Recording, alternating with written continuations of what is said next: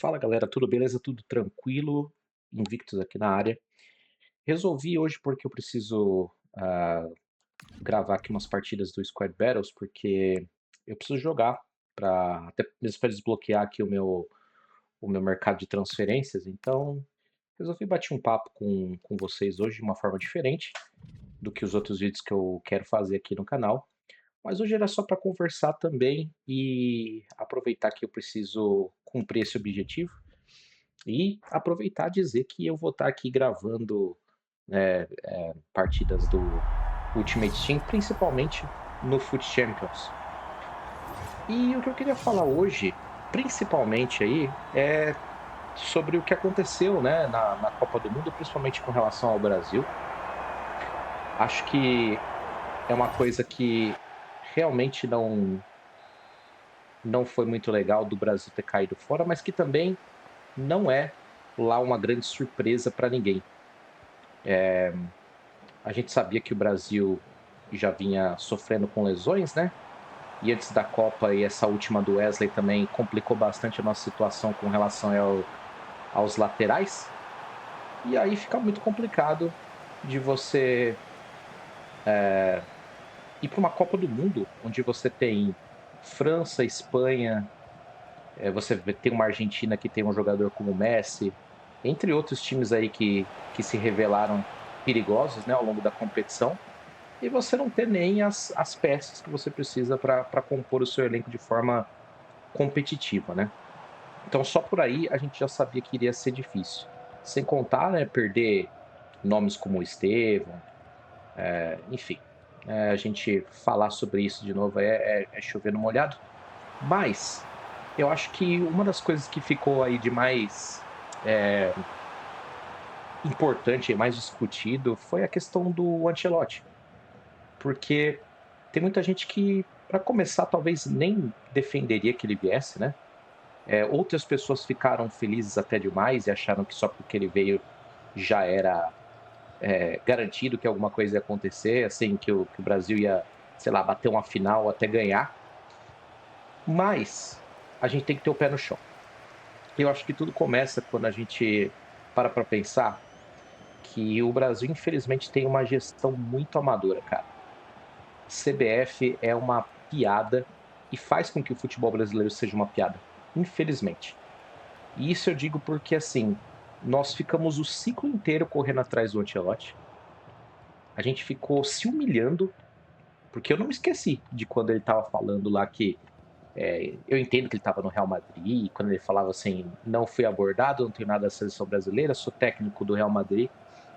Mas, como disse o Cafu já, né, em alguma entrevista por aí, em que momento que ele disse assim, me sinto honrado em ter sido abordado, haver interesse da seleção única que é pentacampeã do mundo? Em nenhum momento ele disse isso. Hoje, depois de analisar a atitude dele, depois de analisar como ele tem sido, né? Acho que, não sei, por ser brasileiro, o fato de ele estar lá cantando no Nacional, e até acredito que ele tenha, né, o melhor dos interesses aí em que esse seja um projeto que dê certo para ele, porque comandar uma seleção e comandar uma seleção como a do Brasil não é para qualquer um realmente. É um baita de um, por melhor que seja o currículo dele, ainda é algo para se adicionar ali e para se ter orgulho, né? Então eu acredito que sim, ele está fazendo o melhor que ele pode, mas eu acho que na época essa não foi a melhor das reações que um técnico deveria ter. E o problema não foi só esse, realmente ele tinha ali um vínculo com o Real Madrid e tá tudo certo com relação a isso. Mas o problema é que ele ficou, a gente ficou com a situação indefinida ali, né? E com essa situação indefinida, a gente ficou esperando simplesmente que ele pudesse ficar disponível para ser o técnico. E aí, meu irmão, a gente testou várias coisas. Diniz, Dorival, enfim, foi uma palhaçada. E, como já é de costume para o futebol brasileiro, e o brasileiro já está muito acostumado com isso, que às vezes a gente até normaliza, os técnicos não têm tempo para trabalhar. Seleções são um caso à parte, né? Um caso ainda mais especial, porque não é que nem o clube, que você está vendo ali todo dia, que você está acompanhando todo dia o profissional. A seleção se reúne a cada certo tempo. Se houver lesões, às vezes você fica um período muito grande sem acompanhar um jogador realmente de perto. Tudo isso influencia no trabalho. Cada técnico tem uma forma de pensar taticamente o time. Então, só por isso, a gente já sabe que fica muito difícil que um técnico organize a casa e resolva uma seleção com tantos problemas como a do Brasil, comparado com outras seleções aí, como a França, que o Deschamps vem de longa data, há muito tempo, entre outras, né? Então, isso por si só já demonstra como que o Brasil realmente não pensou nessa questão. Outro ponto é, será que hoje, aliás, eu não digo nem será, né? Porque eu acho que eu já sei a resposta dessa pergunta, mas eu queria saber a sua opinião. Poxa, será que hoje a gente simplesmente não acha que trazer um técnico estrangeiro significa que você vai tirar o peso das suas costas e vai deixar a responsabilidade para outro, enquanto outras questões como a gestão, falando de clubes, não só da seleção, gestão financeira, né, boas contratações, enfim, tudo isso também importa, porque simplesmente hoje se criou aí uma imagem, né, de que você vai contratar o técnico estrangeiro, o técnico europeu principalmente, né, e ele vai resolver tudo para você. Só que não é assim que a banda toca não, meu amigo. A gente teve projetos aí de muito sucesso, mas a gente também teve projetos que não deram muito certo. Eu, claro, né, como palmeirense, sei que o Abel Ferreira é um case de sucesso. A gente teve o Jorge Jesus também. E a gente pode citar outros técnicos aí ao longo da história, mas a grande questão é que a seleção quis se esconder, a CBF quis se esconder atrás do nome do Ancelotti. E isso, se você não acha que isso é verdade, se você não quer perceber isso, meu amigo, aí realmente quem tá querendo se iludir é você. Porque agora as pessoas estão discutindo o jeito que o Ancelotti joga, o jeito que os times dele jogam. Eu confesso que a princípio não me agradou muito a entrevista dele dizendo que não queria que o Brasil tivesse uma identidade. Eu não quero que o Brasil tenha uma forma de jogar, porque eu não quero que o time seja previsível para adversários, mas quer dizer que todos os times que têm uma identidade, eles são previsíveis para os seus adversários. Eles ainda não podem trazer na sua forma de jogar ou para cada partida algum elemento ali que surpreenda. Antes que a gente continue, sim, eu tô sofrendo para jogar o Squad Battles, tá? Eu sou um jogador casual hoje em dia. Nunca fui profissional, na verdade, né? Mas eu já joguei bem melhor. Eu espero que você que goste aí de EAFC e também, agora eu tô testando o eFootball, você que gosta de jogos de futebol, você acompanha o canal, se inscreva, deixe o seu like e a gente vai trazer mais conteúdos focados na gameplay e nos jogos em si, sendo que hoje é um bate-papo. Mas enfim, esse papinho aí de não ter uma identidade já me deixou um pouco incomodado, mas tudo bem, eu acreditei no Ancelotti. Agora, o que não pode são as pessoas que acham que ele mudou o jeito dele de jogar agora. O cara já é técnico faz muito tempo, tem um conceito. Realmente teve times que jogaram de formas diferentes, né, ao longo da carreira dele. Agora, isso não tem que ser uma surpresa para ninguém, tá? Eu acho que na hora que você vai contratar um técnico, e principalmente na hora que você vai escolher um técnico, principalmente para ser técnico da seleção, uma das principais coisas que você tem que ter em mente é o que qual é o sistema tático, qual é a forma de jogar.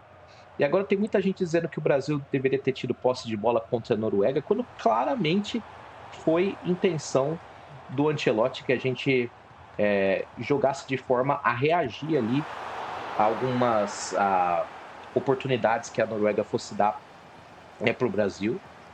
E isso acarretou em menos posse de bola. Eu não acho que isso seja surpresa, não. É, claro que teve jogos que o Brasil teve mais posse de bola, mas se acontece, né, de a gente continuar na Copa, é claro que contra adversários ali maiores, a gente teria menos posse de bola. Eu não tenho a menor dúvida disso, que aproveitando ali, né, da velocidade do Vini Júnior, enfim, do próprio Ryan, a gente poderia, né, ou até o Endrick ali entrando no segundo tempo, a gente usaria muito, né, dessa transição aí para que a gente pudesse transformar isso em resultado. E a verdade, falando honestamente com você, é que se ganhasse, ninguém ia reclamar, ou muito pouca gente ia reclamar. Porque no Brasil a gente vive de resultados, comenta resultados e não os métodos que levam aos resultados. Então eu acho que está na hora da gente parar de se iludir que um técnico vai resolver uma situação, enfim, e saber que na verdade a gente precisa ter um projeto e a gente precisa saber o que a gente quer fazer. Essa é a primeira coisa que eu queria comentar com você e discutir. Vamos para o próximo jogo. E eu tenho um segundo tema aqui que eu também acho muito interessante e que surgiu sobre a Copa do Mundo, né? Durante a Copa do Mundo.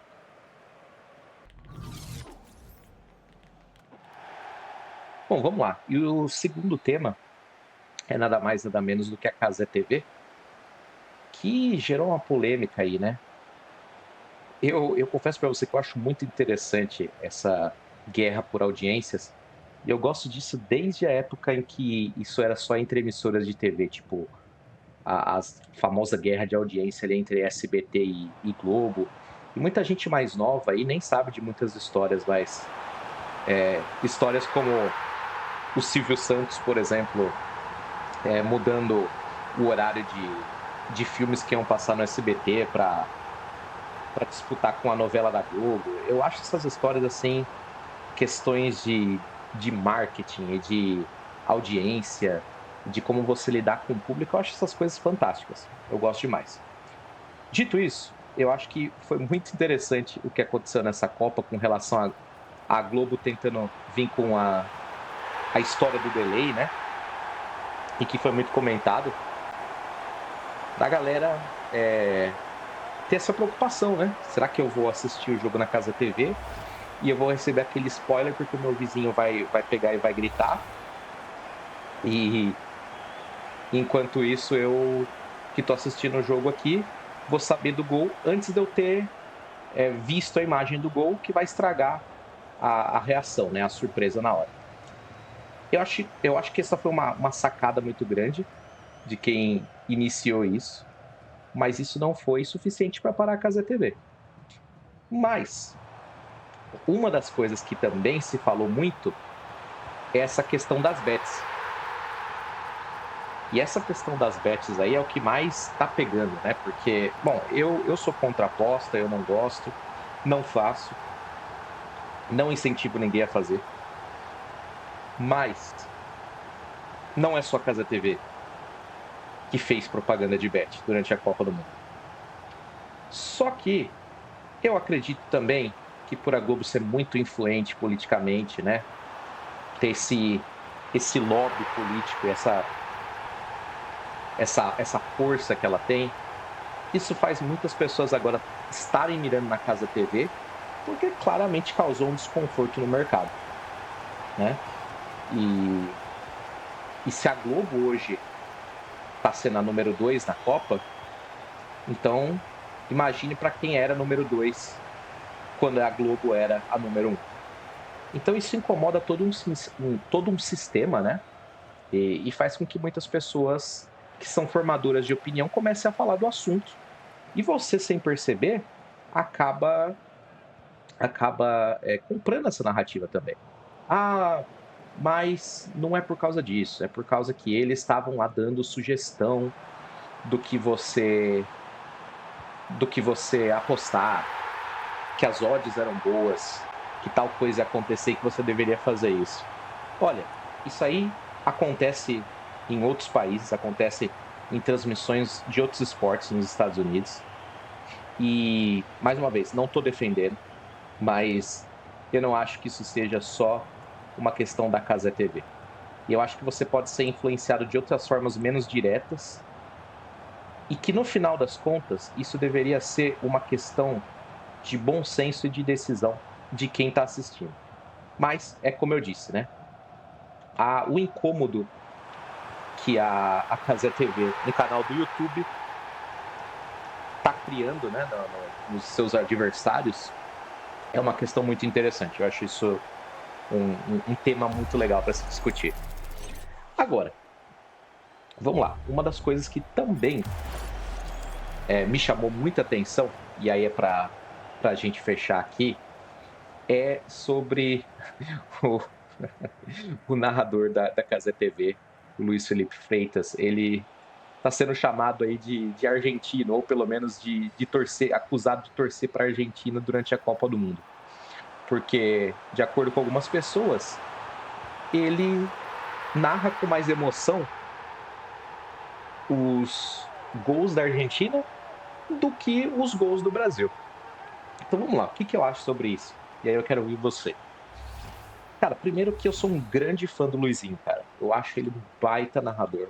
Eu acho ele um cara muito competente naquilo que ele faz. E, sinceramente, eu tinha plano de assistir no SBT e tal. Não ia assistir na Globo. Eu também não moro no Brasil, eu moro no Canadá. Então, de qualquer jeito, a questão do delay não ia ser um problema para mim. Só que, né, poxa, falei, eu vou assistir no SBT porque eu quero ver a narração do Galvão, vai ser a última Copa, não acho que ele vai transmitir mais. E, pô, o Galvão é o Galvão, cara. Tenho um respeito enorme pelo Galvão, monstro da comunicação. Tem muita gente que critica. Aliás, tem muita gente que só sabe criticar, mas às vezes nem sabe por que tá criticando. O cara tem uma baita história. Mas, porque eu gosto do Luizinho, eu acho também que essa nova linguagem, essa nova forma aí da transmissão na Cazé TV é legal demais. Eu resolvi assistir na Cavé. Na Cazé. Cavé, olha só. E, cara, essa questão das bets não me pega, né? Até porque eu não aposto, não é pra mim. E, pra mim, então, simplesmente deixar ela passar. Com a questão da narração, eu sempre gostei dele, sempre gostei dessa escola que veio aí do esporte interativo, TNT, né? Que eu acho que os caras realmente fizeram a narração ficar até mais alta, né? O tom de voz ali, a emoção, que gera até um desgaste ali pros narradores, né? Mas a verdade é que eu gosto disso, eu acho que muita gente também gostou, muita gente foi influenciado por essa geração aí de bons narradores, comentaristas que vieram.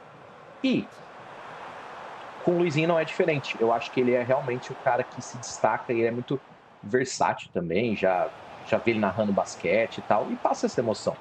Eu acho que isso para a Copa faz a diferença. E tava assistindo realmente. Mas, cara, primeiro, né? Eu nunca vi um gol do Brasil que ele não tivesse narrado com emoção. Agora, vamos comparar como foram os jogos do Brasil, né? Um sofrimento sem fim no primeiro jogo. No segundo jogo, né, que foi quando a gente finalmente podia respirar, mas ainda estava na tensão por causa de como foi o primeiro jogo, né? Não acho que tenha sido que tenha tido menos emoção por parte dele contra o Haiti. E contra a Escócia, é claro que foi um jogo muito mais tranquilo e talvez não tenha tido aquela carga dramática que faça as pessoas lembrarem de que foi um sofrimento e que teve uma grande comemoração, alguma coisa assim. Né? Agora, vamos lá. Tivemos o jogo contra o Japão. Foi sofrido. Acho sim que ele fez um grande trabalho ali. E no jogo contra a Noruega, não só não havia por que mais colocar tanta emoção no gol do Neymar, já que o jogo já estava perdido e a gente sabia que não tinha mais jeito. E ainda ele falou no finalzinho ali: eu acredito. Se o juiz der mais um tempinho aqui, eu acredito. Enfim. E a gente sabia que não ia rolar e não rolou, e foi o que foi. E o gol da Noruega o cara nem narrou. Né? O cara simplesmente fez um trabalho jornalístico ali. Aos 80 e tantos minutos, Haaland faz, gol da Noruega. Falou. Basicamente ele falou ali, não fez nada emocionante. E tá certo. Essa é a escola que a gente aprendeu de como a narração funciona no Brasil, né? Na Copa do Mundo a gente narra o gol do Brasil com emoção e a gente só anuncia o gol do adversário. Agora, para quem assistiu os jogos da Argentina e viu, principalmente os últimos ali, gols nos últimos minutos, independente das polêmicas aí, se teve injustiça, se não teve injustiça, cara, foram jogos emocionantes. Eu sou um grande fã de Messi e Cristiano Ronaldo, me considero privilegiado por ter visto, é, é, a gente pode dizer até os maiores jogadores da história, ou um dos maiores jogadores da história, que a nossa geração está tendo a oportunidade de ver. E realmente é especial, cara. E são histórias que estão chegando ao fim, sabe? Então não tem porquê, mesmo eu gostando até mais do Cristiano Ronaldo, para ser bem sincero, mesmo sendo mais fã do Cristiano Ronaldo, porque eu acho que a força de vontade, a liderança dele são coisas assim que são exemplares, cara. E não acho que ele é um cara sem talento, só esforço, como muita gente acha que é. Acho sim que ele é um cara muito talentoso. Acho que ele poderia ser um bom jogador, mesmo que não fosse tão esforçado quanto é, mas o fato dele ser do jeito que é, né, fez ele ser realmente o algo a mais na carreira dele. E, cara, eu tenho certeza que isso passa na cabeça de um cara que trabalha com esporte, vive do esporte e teve o prazer de narrar uma Copa e acompanhar todas essas histórias. Então é claro que quando a Argentina ali sobrevive, vai para mais um jogo e faz um gol, tudo isso passa na cabeça do cara, essa carga dramática, essa carga de emoções. E fora isso, meu amigo, não que eu esteja defendendo o que eu acho certo, mas você sabe que tem muito brasileiro que colocou a camisa da Argentina e foi torcer pelo Messi nessa Copa. Isso não é mentira.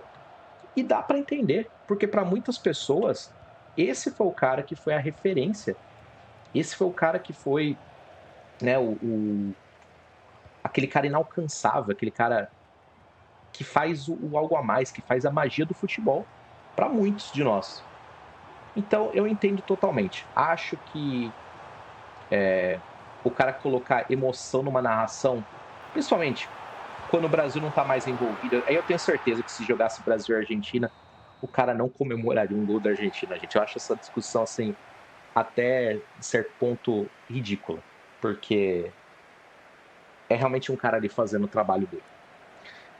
Não sei o que você pensa, mas gostaria de ouvir o seu comentário, não só sobre as coisas que eu falei, mas sobre esse estilo de vídeo que a gente traz assuntos relacionados ao futebol, ao esporte, enquanto joga. Gameplay não foi da melhor qualidade. Realmente não é fácil, né? Você se concentrar e falar ao mesmo tempo e gravar. Mas é para ser um vídeo mais rápido e ao mesmo tempo também legal com a gameplay e assuntos interessantes. Espero o teu comentário, espero que você se inscreva no canal e acompanhe. Vem aí séries com mais EAFC 26 e futebol. E logo mais tem o EAFC 27 vindo também. Vamos trazer mais novidades e outros tipos de jogos relacionados a esporte, competição aqui no canal. Muito obrigado por estar até aqui. Valeu, falou!